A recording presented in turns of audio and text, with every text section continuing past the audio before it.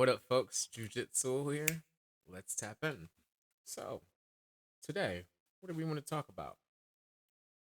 I think we were talking about already, cross training. We talked about some Aikido background.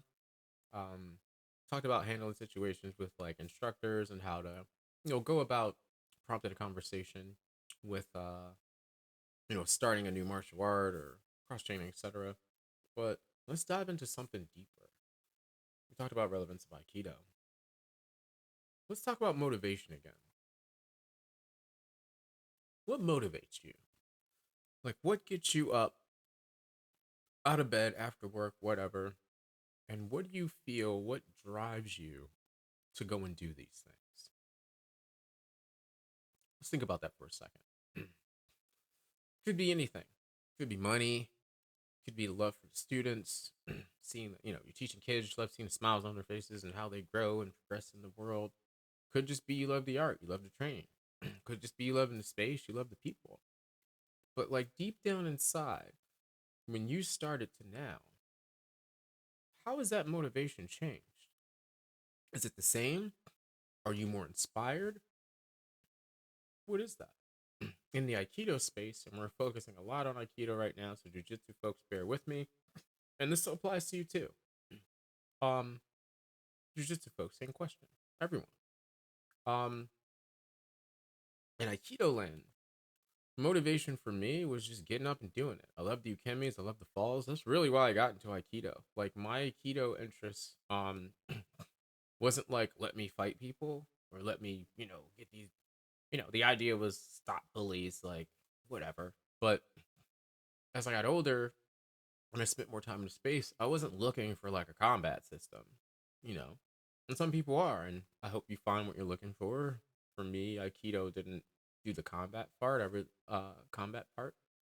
I really was looking for something else, just a good experience and something martial like, and Aikido was it. Hit the nail on the head. Um, but it gave me a lot of confidence in things. But motivation wise, what was that for me? At first, it was just to get better, to improve, get to a point where I could teach, to get to a point where in Aikido I got my black belt, and you know, maybe teaching a seminar, taking new chemi for all the instructors, getting learning and being like a top student under the top instructors at the time. It was Donovan Waite Sensei. Rest in peace, Uncle Sensei. We miss you.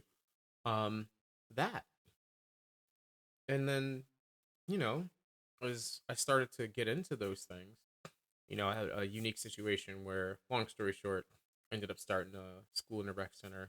It, you know, we'll talk about that at some point, and I carried that tradition on. And the idea was to get, weight student in front of his students again, blah blah blah, and that turned into something else. It turned into my project and my extension, and me actually teaching Aikido as like an instructor person. That was kind of a vision I had, but when it happened and how it happened, that wasn't really what I was looking for. I'll be honest. There were times when no one showed up. There were times it was like just me and my wife, and we would just be there.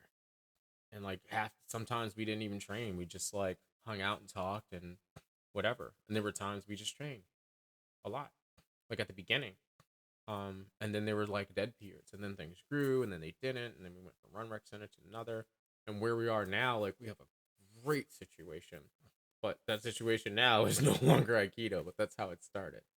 Um, but my motivation from then to now, what changed is I was less worried about getting people there, and then there was a time where I was worried about what everybody thought, and then I had senior students who had trained with weight, and I was worried, like when they started training, I was worried about what they thought.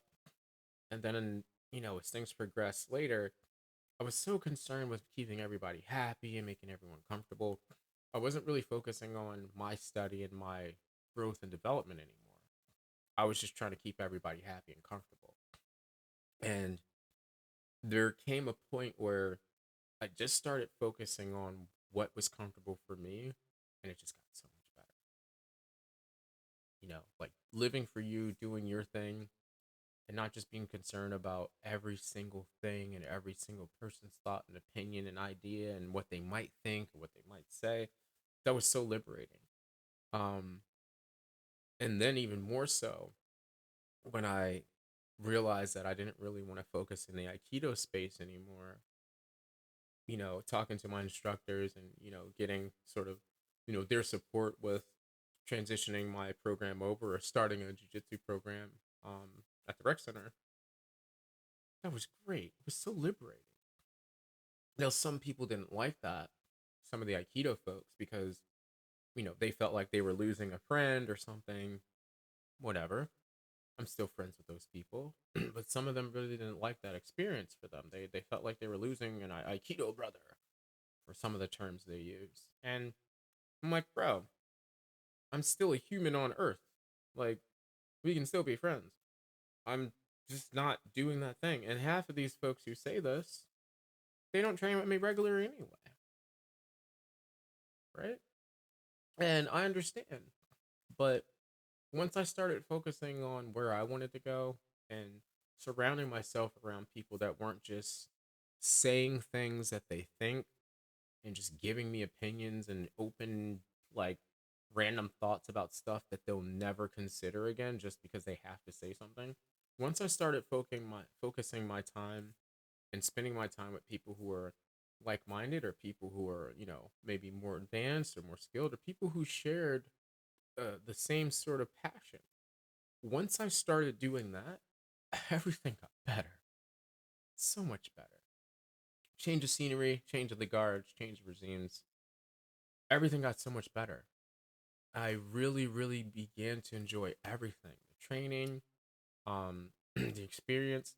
And now, you know, in my martial arts program, my jiu-jitsu land thing, got like 20 students. I'm doing something I love. The children love the class. The teens love the class. Um, the parents love what we're doing. I get compliments from them all the time. Always try to interact with them and get feedback. And I'm still learning, and I'm offering a wonderful experience, but I have so much joy. And I'm so grateful that I have a platform and a place to share that knowledge. But I'm doing my thing. I'm not concerned with everyone else's program and what they're doing. I mean, I get input and take ideas from things, but in a positive way. If someone's doing something better or more skilled, like, I want to tap into that resource. I've been rewired my thinking to, instead of being concerned or, a little insecure or jealous about it, I'm feeling motivated and inspired. Let me go learn from that person. Let me go, hey man, hey miss, or whoever, what have you. How'd you do that?